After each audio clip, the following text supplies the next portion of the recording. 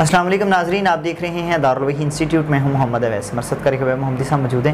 کرصب سے آج ہم کویسچن کریں گے۔ السلام علیکم کرصب۔ اچھا کرصب، انسان کو خواب کیوں آتے ہیں؟ کیا مقصد ہوتا ہے خواب آنے کا؟ اس کی وضاحت کر دیجیے۔ الحمدللہ وحدہ والصلاۃ والسلام علی من لا نبی بعدہ، اما بعد، فاعوذ باللہ من الشیطان الرجیم، بسم اللہ الرحمن الرحیم۔ ویسے بھائی قرآن مجید میں اللہ تعالیٰ نے اس بات کو ارشاد فرمایا ہے کہ ہم نے انسان کے لیے آنے والے وقت کے اندر خوشخبری رکھ دی ہے جی، اور حدیث پاک میں بھی یہ بات آتی ہے کہ مبشرات انسان کے لیے آتی ہیں جی، اور اسی طرح وحی کی 46ویں قسم بھی خواب کو کہا گیا ہے جی، کیونکہ اس کی اصل وجہ یہ ہے کہ نبی تو آنا کوئی نہیں ہے۔ رسول اللہ صلی اللہ علیہ وسلم نے آخری حجۃ الوداع کے موقع پہ یہ بات ارشاد فرمائی تھی کہ انا خاتم النبیین لا نبی بعدی، اے 1.5 لاکھ سوا لاکھ کے انسانوں، میں آخری نبی ہوں، میرے بعد نبی کوئی نہیں ہے۔ ہاں، نبوت کی جو 46ویں قسم ہے وہ خواب ہے۔ جی، ایک بندہ مومن جو خواب دیکھتا ہے، خواب کی آگے پھر 2 قسمیں ہیں، یا تو وہ برا دیکھتا ہے یا اچھا دیکھتا ہے۔ باقی انسان کے اپنے نفس کی طرف سے ایک خیال بھی ہوتا ہے، ایک اس کے معدے اور جسمانی پرابلم کی وجہ سے ہوتا ہے، ایک شیطان کی طرف سے آتا ہے۔ وہ تو باتیں چھوڑے نا، جو اصل چیزیں ہیں وہ ہے آنے والا وقت آپ کو اللہ تعالیٰ دکھاتا ہے۔ آپ نے پیسہ انویسٹ کرنا ہے تو آپ کو سب سے پہلے ویسے بھائی اس چیز کی فکر ہوگی کیا پیسہ جہاں میں لگا رہا ہوں وہ ضائع تو نہیں ہو جائے گا، ٹھیک ہے۔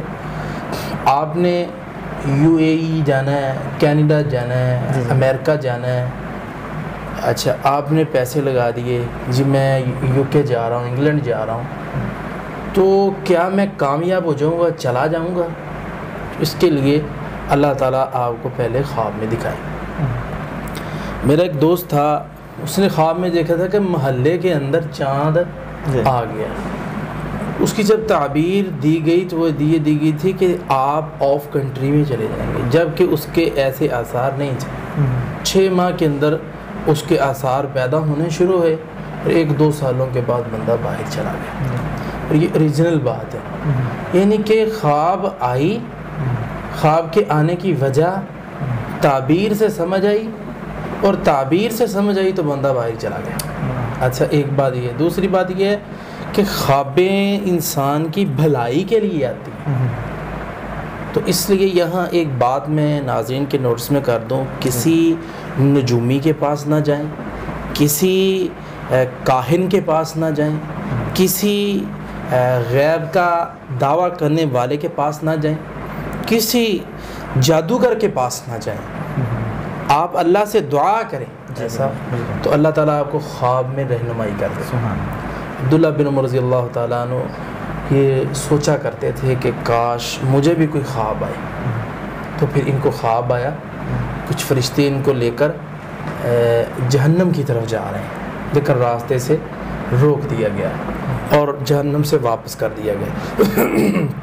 ایک لمبا خواب ہے، تو اس کی تعبیر انہوں نے اللہ کے نبی کے پاس پہنچائی کسی ریفرنس کے ذریعے، اپنی بہن کے ذریعے، تو انہوں نے اس کی تعبیر رسول اللہ صلی اللہ علیہ وسلم کے پاس آئی تو اللہ کے نبی صلی اللہ علیہ وسلم نے فرمایا عبداللہ رضی اللہ تعالیٰ عنہ نیک بندے ہیں، ہاں اگر وہ تہجد کی پابندی کرنا شروع کر دیں تو یہ ان کے لیے بہت بہتر ہے۔ تو فرماتے ہیں سفر ہو حضر ہو، میں نے کبھی تہجد نہیں چھوڑی تھی۔ تو اس لیے یہاں یہ سمجھ آئی خواب آئی ہے، خواب آنے کا مقصد کیا ہے؟ خواب نہیں آتی تو دعا کرنی چاہیے اللہ آنے والا وقت دکھا دے۔ کل بھی ایک بندہ پریشان تھا، وہ کہہ رہا تھا کہ میں نے اپنے بیٹے کو بھیجنا ہے اور میں نے کینیڈا بھیجنا ہے، یا انگلینڈ کہہ رہا تھا کہ میں نے بھیجنا ہے، تو میں پریشان ہوں، تو اس کے لیے کیا کروں؟ سب سے بہترین شاندار طریقہ کار یہ ہے کہ استخارہ کریں، اللہ کی طرف سے رہنمائی کسی شکل میں بھی ہو سکتی ہے، تو رہنمائی ہو تو وہ رہنمائی لیں۔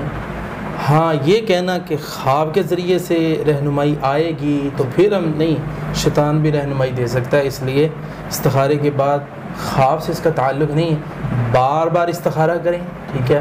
جب آپ بار بار استخارہ کریں گے تو اللہ تعالیٰ آپ کی خود بخود رہنمائی کر دے گا، یا وہ معاملہ آپ کو ڈسٹرب ہوتا نظر آنا شروع ہو جائے گا یا معاملہ بننا شروع ہو جائے گا۔ بہت شکریہ جی ناظرین، اگلے پروگرام میں پھر حاضر ہوں گے، ہمیں اجازت دیجیے، اللہ حافظ۔